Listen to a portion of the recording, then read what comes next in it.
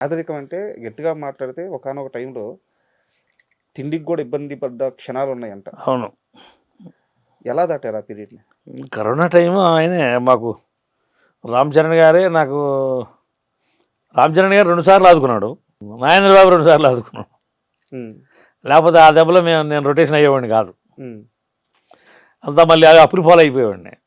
వీళ్ళు కొంచెం నాకు అదే మంచి చెడి కొంచెం మా యూనియన్కి కొంచెం రైస్ కానీ అవి కానీ ఇక చిరంజీవి గారు ఇవ్వటం, నాకు పర్సనల్గా నాగబాబు గారు కొంచెం చేతిలో పెట్టడం.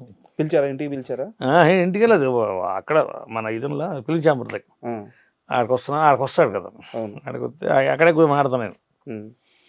ఇంటికి వెళ్తా నేను, ఇంతకు ముందు వెళ్ళేవాడిని ఇంటికి, మనం బిజీ అయినా కొట్టాం. తర్వాత ఫిలిం ఛాంబర్ దగ్గరికి వెళ్ళినప్పుడు మాట్లాడతాడు.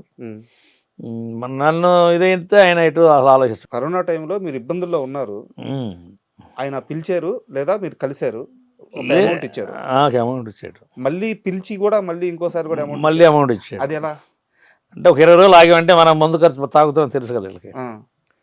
ఈ నా కొడుకు తాగుతాడని అని మళ్ళీ ఇంట్లో అంటే పిల్లలు ఉన్నాం, మేము ఉన్నాం, ఇల్లు మళ్ళీ వెళ్తే మళ్ళీ ఒక ఆయన 3,000 4,000 ఇచ్చాడు.